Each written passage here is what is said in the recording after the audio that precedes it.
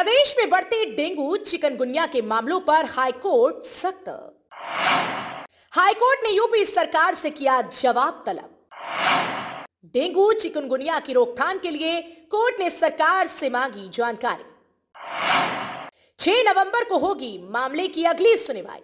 इन दिनों मौसम बदलने के साथ ही राज्य के ज्यादातर जिलों में डेंगू और चिकनगुनिया का प्रकोप देखा जा रहा है। इस बीच लखनऊ और प्रयागराज समेत प्रदेश के कई जनपदों में डेंगू तेजी से अपने पैर पसारते देखा जा रहा है, जिसे लेकर कई इलाकों में दहशत का माहौल बना है। डेंगू के बढ़ते मामलों ने लोगों की चिंताएं बढ़ा दी है। प्रदेश में डेंगू, चिकनगुनिया और मलेरिया के बढ़ते मामलों पर इलाहाबाद हाईकोर्ट ने स्वतः संज्ञान ले लिया।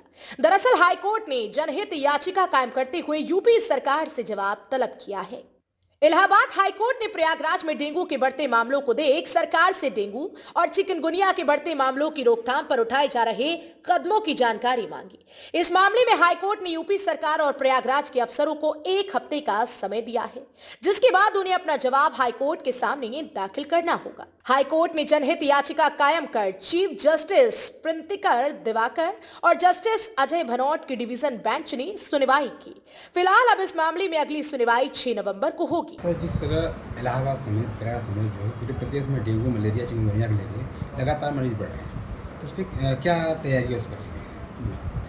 ये पिछला जो 1-1.5 महीना बीता है हमारा, ये वायरल बीमारियों का संक्रमण काल हमेशा से चिन्हित रहा है कि इसी बीच में सबसे ज़्यादा वायरल बीमारियों के प्रकोप होते हैं।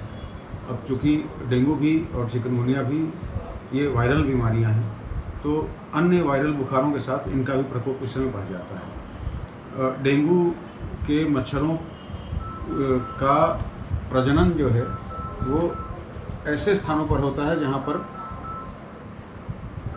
ताज़े पानी के छोटे छोटे स्रोत जमा होते हैं 1 हफ्ते से ज़्यादा से। उन जगहों पर डेंगू के मच्छर पनपते हैं।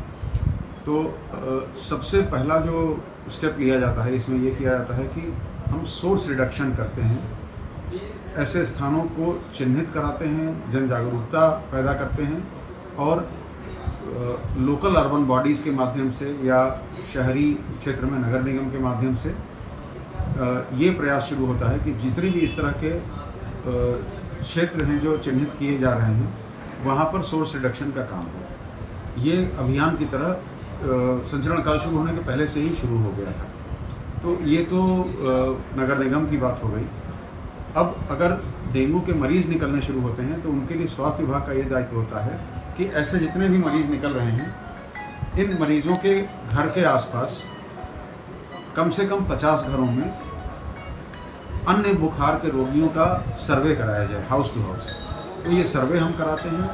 उन घरों के आसपास छिड़काव, एंटी लार्वल जिसको हम कहते हैं, एंटी लार्वल एक्टिविटी कराते हैं।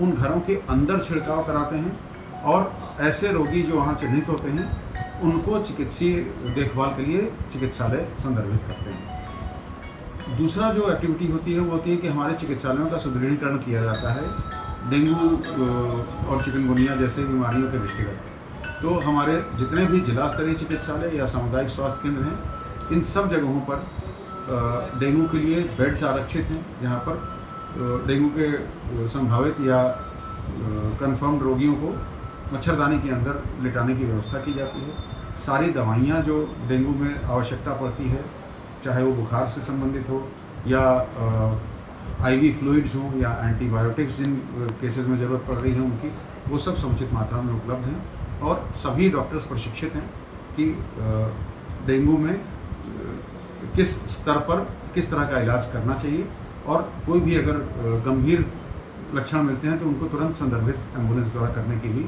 व्यवस्था कराई गई है। सर, वर्तमान में कितने एक्टिव मरीज हैं यहाँ पर डेंगू मरीज?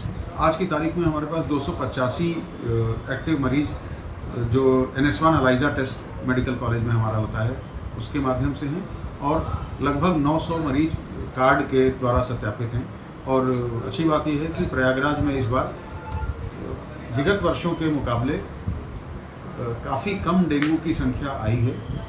उसमें कुछ तो जो अंतर्विभागीय समन्वय से मेहनत हुई है उसका नतीजा है और कुछ जो हमारे जनपद में इस बार बाढ़ नहीं आई तो उससे बाढ़ के बाद जब पानी उतरता है तो उससे जो छोटे छोटे पानी के पॉकेट्स बन जाते थे, वहाँ भी मच्छरों का प्रजनन बहुत ज़्यादा होता था। तो कुछ उसकी वजह से भी इस बार डेंगू का प्रकोप उस तरह का नहीं रहा है।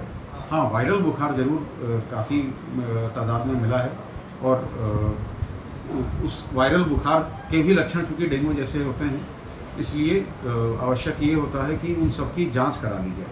उन जाँचों की सुविधा हमारे हर अर्बन पीएचसी पर उपलब्ध थी, लेकिन बहुत सारे ऐसे केसेज आए जिनमें डेंगू कंफर्म नहीं हुआ, और वो साधारण वायरल बुखार थे जो 4-5 दिनों बाद अपने आप ठीक हो गए और घर पर ही मरीज़ ठीक हो गए। लेकिन सर, जिस तरह इलाहाबाद हाई कोर्ट जी और सरकार से जवाब मांगा इस मामले जी। में, क्या तैयारी लेके, जिस तरह जस्टिस प्रियंका दिवाकर जस्टिस उनके बेंच पे हैं, जी, तो उन्होंने भी सरकार से भी एक जवाब मांगा है कि किस तरह की व्यवस्था करें कि कैसे कंट्रोल होगा। जी, बिल्कुल। माननीय उच्च न्यायालय ने स्वतः संज्ञान लेते हुए पूरे प्रदेश में जो वायरल बुखार बढ़ा हुआ था, उसके लिए प्रदेश सरकार ने क्या तैयारियां की हैं, उसकी जानकारी मांगी है। जैसे ही हमारे पास ऑर्डर की कॉपी आएगी, अपलोड होगी, हम उस पर अपना जवाब, प्रदेश सरकार उसका जवाब तैयार करेगी, और वो आप लोगों को भी। बता दें, प्रदेश में डेंगू समेत संक्रामक बीमारियों के मामले थमने का नाम नहीं ले रहे। मंगलवार को राजधानी लखनऊ में 36 नए डेंगू के मरीज मिले हैं। वहीं सरकारी रिकॉर्ड आंकड़ों के मुताबिक जनवरी से अब तक 1700 डेंगू के मामले सामने आए हैं। तो वहीं प्रदेश भर में 24,900 डेंगू के मामले दर्ज किए गए हैं। ब्यूरो रिपोर्ट, यूपी की बात।